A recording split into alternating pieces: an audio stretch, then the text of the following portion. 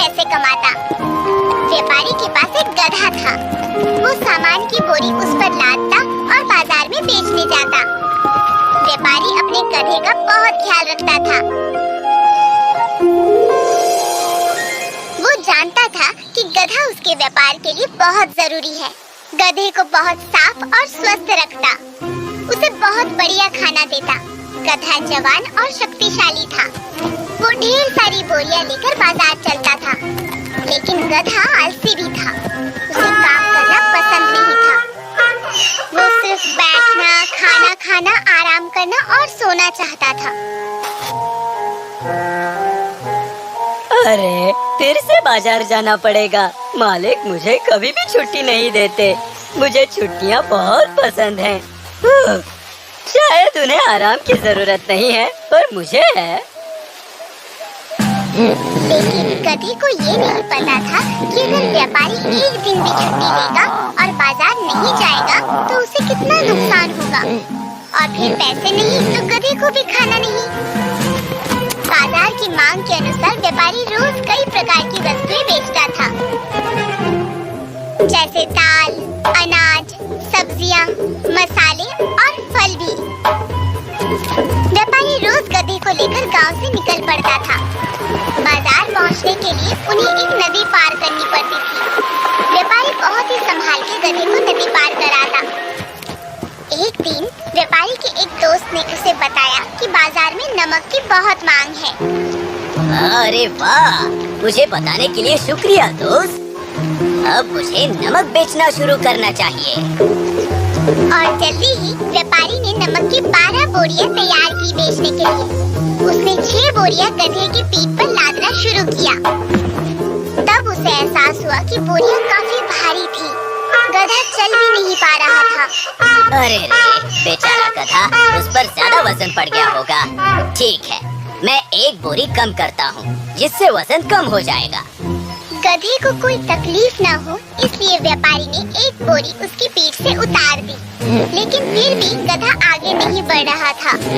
व्यापारी गधे की हालत समझता था, पर वो जानता था कि गधा आलसी भी है। उसने एक छड़ी निकाली और उसे मारा।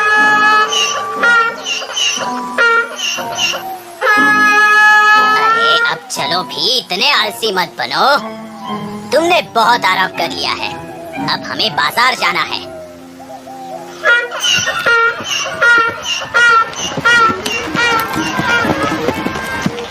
उस दिन व्यापारी की सारी नमक की बोरियां बाजार में बिक गई। मेरा दोस्त सही कह रहा था, बाजार में नमक की मांग बढ़ती ही जा रही है। व्यापारी ने रोज नमक बेचना शुरू किया। वो नमक की काफी बोरियां भरता और फिर गधे पर लाद देता।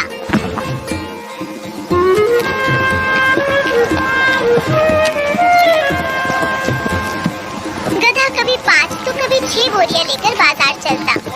वैसे तो गधा कभी खुश नहीं होता, पर घर लौटने पर राहत की सांस लेता।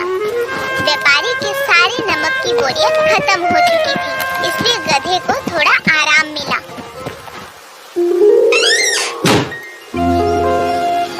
कुछ दिन बाद व्यापारी ने गधे पर फिर 6 नमक की बोरियां लाद दी और चल पड़ा बाजार की ओर। जब वो नदी के पास पहुँचे, तो व्यापारी ने देखा कि पानी कुछ ज्यादा ही था। आज हम धीरे धीरे आगे बढ़ेंगे। मैं यहाँ फिसल के पानी में नहीं गिरना चाहता। वो आधी नदी पार कर ही चुके थे कि तभी गधा एक पत्थर से फिसल गया और नीचे गिर गया। अरे नहीं, ये क्या?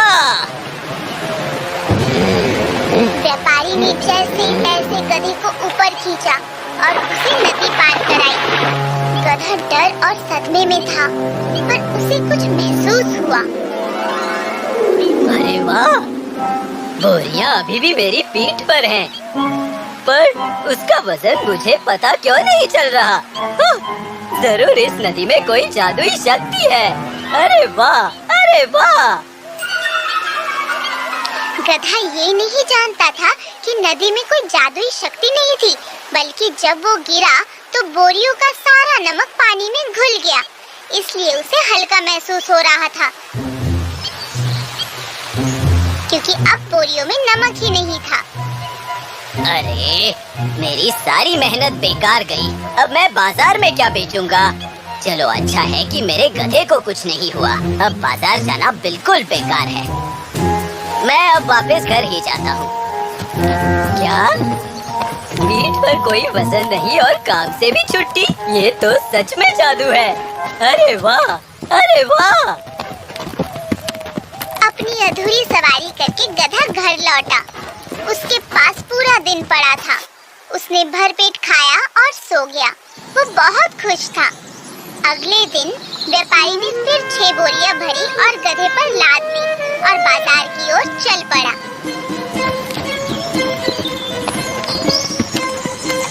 कल तो बहुत मजा आया, लेकिन आज मुझे फिर काम करना पड़ रहा है। पर मैं आज भी काम टाल सकता हूँ। मैं पीठ का वजन कम कर सकता हूँ और वापस घर जा सकता हूँ, बिल्कुल कल की तरह। उस पानी में जादुई शक्ति है। मुझे यकीन है कि मुझे जरूर छुट्टी मिलेगी। गधे की नीयत से अनजान व्यापारी चल पड़ा बाजार की ओर। जैसे ही वो नदी के पास पहुँचे, गधा कुछ कदम आगे बढ़ा। इससे पहले कि व्यापारी उसे रोक पाता, गधा उसी जगह बैठ गया जहाँ वो पहले गिरा था। ओह, ये तुम क्या कर रहे हो बेवकूफ? खड़े हो जाओ। पर बहुत देर हो चुकी थी। गधे के ऊपर रखा हुआ नमक पानी में फिर से पिघल गया। अब कोई बोझा नहीं था। गधा बहुत खुश हुआ। अरे वाह, काम हो गया। कोई वजन नहीं और कोई काम नहीं। आखिर ये हुआ कैसे? एक मिनट, कहीं ये गधा जानबूझ के पानी में तो नहीं बैठ गया? ओह, ये कितना आलसी जानवर है। मैं इसकी इतनी देखभाल करता हूँ और ये ऐसे मुझसे बर्ताव करता है। इसे घर लेकर जाता हूँ और सबक सिखाता हूँ। गधे को लगा कि उसे एक अच्छी तरकीब सूझी है काम से बचने की, लेकिन व्यापारी ने भी कुछ ठान लिया था। अगले दिन सुबह व्यापारी ने 8 बोरियां गधे की पीठ पर लाद दी। गधे ने कोई शिकायत नहीं की। अरे बाप रे, 8 बोरियां? पर मुझे वजन का पता क्यों नहीं चल रहा? पर क्या फर्क पड़ता है? मालिक चाहे जितनी बोरियां मेरे पीठ पर ला दे। मैं कहाँ बाजार जाने वाला हूँ? अरे वाह! व्यापारी चुपचाप गधे को नदी के पास ले गया। अब मेरी जादू दिखाने का समय आ गया है। नदी पार करते गधा फिर फिसल गया और हमेशा की तरह उसी जगह पानी में बैठ गया। मगर इस बार व्यापारी ने गधे की बिल्कुल मदद नहीं की। जैसे ही गधे ने उठने की कोशिश की, तभी अचानक मेरी पीठ! ये क्या हो रहा है? मेरी पीठ इतनी दर्द क्यों कर रही है? अरे बाप रे! व्यापारी बहुत ही होशियार आदमी था। वो जानता था कि गधा फिर से वही तरकीब अपनाएगा, इसलिए इस बार उसने नमक की बजाय कपास बोरिया में भरी थी।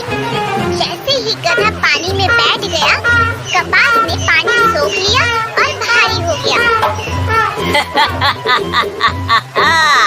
तुम्हें क्या लगा तुम मुझे बेवकूफ बनाओगे?